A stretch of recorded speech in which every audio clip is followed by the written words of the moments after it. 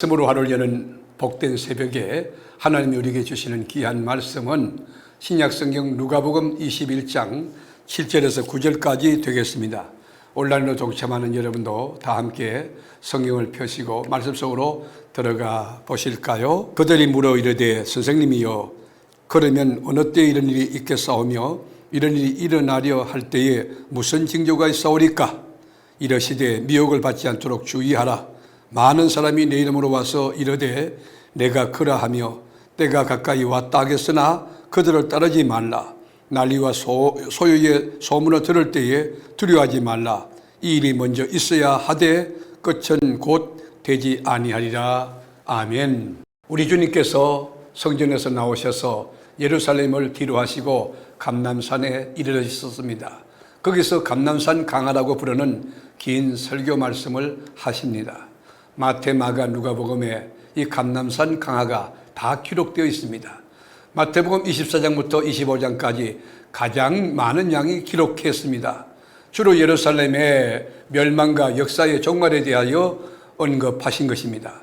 어떤 사람들이 눈앞에 펼쳐진 성전의 아름다움을 보면서 외형적으로 너무 아름답고 그리고 아주 건축공학적으로도 너무 잘 되어 있기 때문에 아름다운 돌과 하나님께 바쳐진 봉헌물로 이 아름다운 이 물리적인 현상학적 증거를 보고 감탄하고 있었습니다. 당시에 성전을 보았던 역사학자 요세푸스는 기록하기를 성전의 흰 돌들로 인해 성전산은 멀리서 보면 눈에 덮인 것처럼 흰 눈에 덮인 것처럼 보였다 그렇게 말했습니다. 본 건물의 재료는 흰 대리석이었습니다. 마치 높은 산에 만년설이 있는 것처럼 아름답게 느껴졌다고 합니다. 번제단과 성소, 지성소가 있는 성전 본관은 유대인들이 바친 예물뿐만 아니라 주변의 많은 국가들도 예물을 보내줘서 화려하게 장식했습니다. 예루살렘 동쪽 감람산에서 보면 성전이 이 금빛이 있어 번쩍번쩍 빛나고 여러 보석이 있기 때문에 너무 황홀할 만큼 아름다웠다고 합니다. 그리고 해가 질 때쯤 되면 석양과 어울려진 그 모습에 황금의 예루살렘이라고 불렀다고 합니다. 솔로몬이 지은 첫 성전은 바벨론에 의해서 불타고 무너지고 파괴되었습니다. 두 번째 성전은 바벨론에서 돌아온 후 70년 만에 스룹바벨에 의해 건축이 되었습니다. 이 성전도 주전 63년경에 그리스에 의해서 더럽혀지고 이스라엘에게 외면을 당하게 됩니다. 또 다른 성전을 지은 사람이 헤롯 왕이었습니다. 그는 유대인이 아니면서도 로마의 도움을 받아 유대인의 왕이 되었습니다. 그래서 유대인의 마음을 사기 위해서 그들의 염원이었던 성전을 지었던 것입니다. 헤롯과 그의 아들과 그의 손자, 정손자까지 80년에 걸린 대공사였습니다. 여러분, 성전 건축에 80년 걸렸다 어마어마한 거 아닙니까? 그래서 예수님 시대에 바라봤던 성전은 아직 미완성이었음에도 불구하고 사람들의 시선과 마음을 끌어모으고 사로잡을 수 있는 충분한 가치가 있는 성전이었습니다. 이 아름다웠던 성전이 완공된 지 7년 만에 로마에 의해서 도리에 돌 하나 남지 않고 다 완전 파괴가 되었습니다.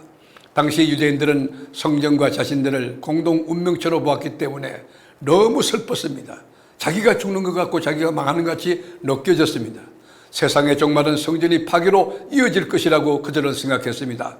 그래서 제자들은 성전이 무너진다는 예수님의 말씀을 세상의 종말로 이해했습니다. 제자들은 그런 종말이 언제 올 것인지 징조에 대해 관심이 많았습니다. 그런 일이 언제 생길 것이며 그 징조는 무엇입니까? 7절에 볼까요? 그들이 물어 이르되 선생님이여 그러면 어느 때에 이런 일이 있겠사오며 이런 일이 일어나려 할 때에 무슨 징조가 있사오리까? 징조를 통해서 장차 일들을 민감하게 알아차리고 준비하고자 했던 것입니다. 징조가 없이 갑자기 종말을 맞는 것은 아무런 준비도 없이 막는 죽음과 같은 것입니다. 징조가 있다는 것은 은혜인 것입니다. 여러분 신앙생활 할 때 지금 깨닫는 영이 있습니까? 아니면 깨달아지지 않습니까? 하나님이 기회 보입니까? 기회 보이지 않습니까? 영적으로 병든 증거는 우리 안에 있는지 한번 살펴볼 수 있기를 바랍니다. 징조가 없이 갑자기 종말을 맞는 것은 아무 준비도 없이 그냥 죽음을 맞는 것 같은 여러분 비참한 비운의 인생 아닙니까? 종말의 때에 사람들이 미혹에 주의해야 됩니다. 내가 그라 하는 자들이 등장할 것, 그 자칭 메시아, 거짓 메시아들이 많이 일어날 것을 성경은 예언하고 있습니다. 이 땅에서 그런 자들이 있습니다. 스스로 그리스도라 하는 자들을 따라가서는 안 됩니다. 미혹돼서 안 됩니다. 또 전쟁의 난리 소문이 들릴 것이지만 아직 끝이 오지 않았다고 주님 말씀해 줍니다. 말세를 살고 있는 하나님의 사람의 소원은 온 세상에 하나님 나라를 건설하고 피 묻은 십자가의 복음을 전하는 것이어야 합니다. 말세에 우리가 할 일은 온 땅에 복음을 전가하는 일입니다. 말씀을 하루 여는 복된 새벽, 종말에 대한 우리가 경각심을 가지고 언제 주님 재림하시든지 아멘, 그리고 주님의 이 재림을 영접하고 등과 기름을 가지고 여러분 지혜로운 다섯 처녀가 되어 저 천년왕국에 동참하는 하나님의 사람들이 다 되시기를 주의 이름으로 축복합니다. 기도하겠습니다. 주님, 종말에 대한 징조에 관심을 많이 갖는데 우리는 하나님 말씀에 이미 기록된 예언이 있습니다.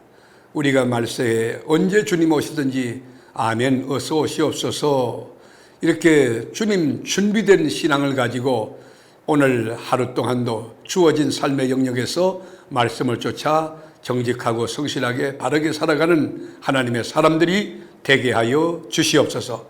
오늘도 예수님은 나의 구주라고 많은 사람들에게, 만나는 모든 자에게 정언하고 증거하는 그리스도의 정인들이 되게 하옵소서. 예수님의 존귀하신 이름으로 간절히 축복하며 기도드리옵나이다. 아멘.